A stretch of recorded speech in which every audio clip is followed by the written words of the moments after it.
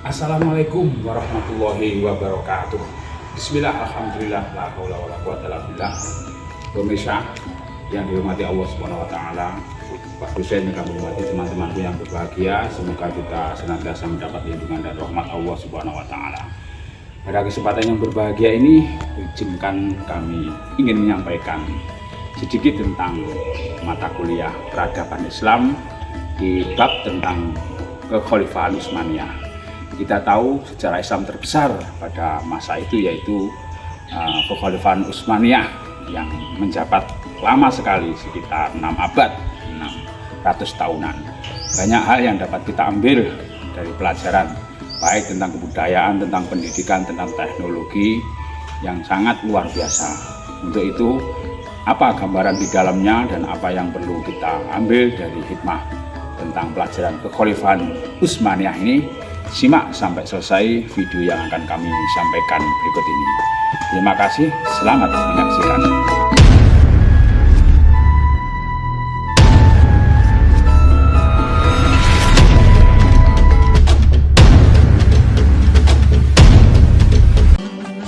Dalam perjalanan sejarah, Turki Utsmani adalah salah satu kerajaan terbesar dalam Islam.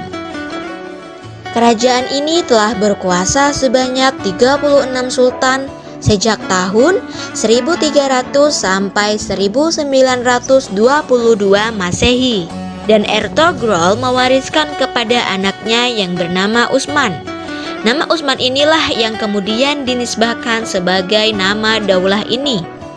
Sultan pertama yang memimpin kerajaan Turki Utsmani ini yaitu Sultan Utsman, yang kemudian diikuti oleh sultan lainnya dengan dasar hubungan darah dan garis keturunan sang bapak. Turki Utsmani merupakan perpaduan budaya dari beberapa negara, yaitu Persia, Bizantium, dan Arab. Dari Bizantium, mereka mendapatkan tentang organisasi pemerintahan dan prinsip-prinsip kemiliteran. Sedangkan dari kebudayaan Arab, mereka mendapatkan ajaran tentang prinsip ekonomi, kemasyarakatan, dan ilmu pengetahuan. Para penguasa sangat terkait dengan syariat Islam. Ulama mempunyai kedudukan tinggi dalam negara dan masyarakat. Mufti sebagai pejabat tinggi agama dan berwenang menyampaikan fatwa resmi mengenai problematika keagamaan. Pada masa ini berkembang pula ajaran-ajaran tarekat yang paling besar, yakni tarekat Al-Baiktashi dan Al-Maulawi. Kedua tarekat ini mempunyai pengaruh pada wilayah yang berbeda. Tarekat Al-Baiktashi sangat berpengaruh di kalangan tentara Yenisari, sedangkan Al-Maulawi berpengaruh besar di kalangan penguasa. Madrasah-madrasah yang berkembang pada waktu itu diwarnai dengan kegiatan-kegiatan oleh Sufi. Kemudian, madrasah-madrasah berkembang menjadi zawiyah-zawiyah untuk mengadakan kegiatan riyadhah, yaitu merintis jalan menuju Tuhan di bawah bimbingan otoritas guru-guru sufi. Pada masa ini, lapangan ilmu pengetahuan menyempit. Madrasah adalah satu-satunya lembaga pendidikan umum dan di dalamnya hanya diajarkan pendidikan agama. Maka, pada abad pertengahan, pendidikan Islam mengalami kemunduran dan masyarakat lebih memperdalam ilmu tasawuf akibat kefrustasian terhadap kondisi yang ada. Kurikulum pendidikan pada masa ini bukan kurikulum yang resmi, serta metode yang digunakan pada masa ini lebih pada metode hafalan-hafalan saja. Pada masa pemerintahan Sultan Mahmud II, masyarakat kurang giat memasukkan anak-anaknya ke madrasah, namun lebih mengutamakan mengirim anaknya belajar keterampilan secara praktis di perusahaan industri. Kebiasaan tersebut membuat bertambah meningkatnya jumlah buta huruf di kerajaan Utsmani. Sehingga Sultan Mahmud II mengeluarkan kebijakan dalam bidang pendidikan. Yang pertama, mewajibkan kehadiran siswa di kelas. Yang kedua, dibuatnya sistem kelas.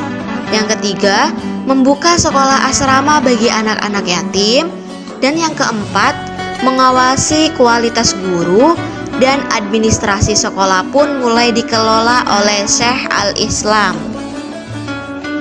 Setelah lembaga pendidikan telah mengalami pembaharuan, maka lahirlah lembaga-lembaga pendidikan Islam yang bersifat modern yang lebih tertata rapi.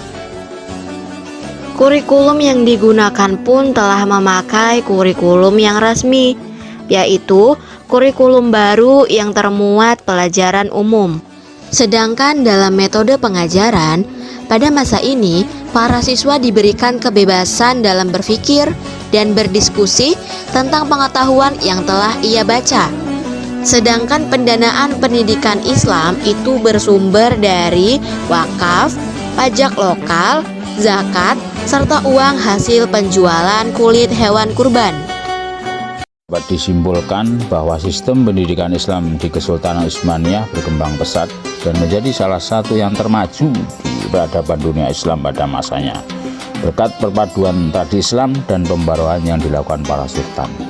Reformasi pendidikan pada masa Tanzimat membawa perubahan besar, memperluas cakupan ilmu yang diajarkan dan memperkenalkan sistem pendidikan modern. Kemunduran pendidikan terjadi akibat resistensi terhadap pembaruan, kurangnya perhatian pemerintah, dan ketertinggalan dalam inovasi pendidikan. Relevansi bagi masa kini, dinamika pendidikan di era Utsmaniyah dapat menjadi pelajaran penting untuk pengembangan pendidikan Islam modern, terutama dalam hal inovasi, adaptasi kurikulum, dan pentingnya dukungan pemerintah. Demikian tadi video yang dapat kami sampaikan selama menit. Semoga mendapatkan ilmu yang manfaat dapat kita ambil dari belajar di dalamnya. Karena Khalifah Utsmaniyah ini sampai sekarang banyak yang diadopsi dari pendidikan, dari sistem, dari keamanan, maka perlu kita pelajari lagi dan kita kembangkan lagi lebih-lebih kita sebagai mahasiswa yang baik. Mari kita lanjutkan, dan yang kurang tepat mari kita hindari dengan sekuat tenaga. Demikian, semoga video ini bermanfaat. Terima kasih. Wassalamualaikum warahmatullahi wabarakatuh.